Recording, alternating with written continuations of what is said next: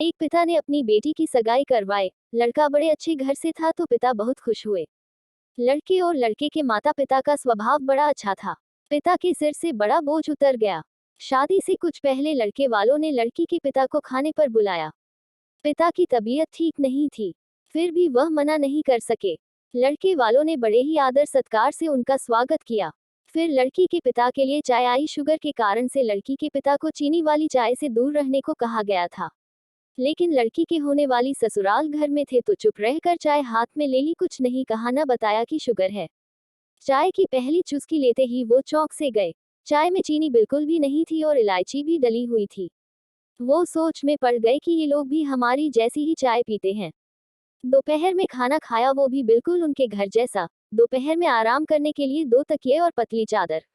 उठते ही सौंफ का पानी पीने को दिया गया। वहां से विदा लेते समय उनसे रहा नहीं गया तो वो पूछ ही बैठे, मुझे क्या खाना है, क्या पीना है, मेरी सेहत के लिए क्या अच्छा है, ये आपको कैसे पता है?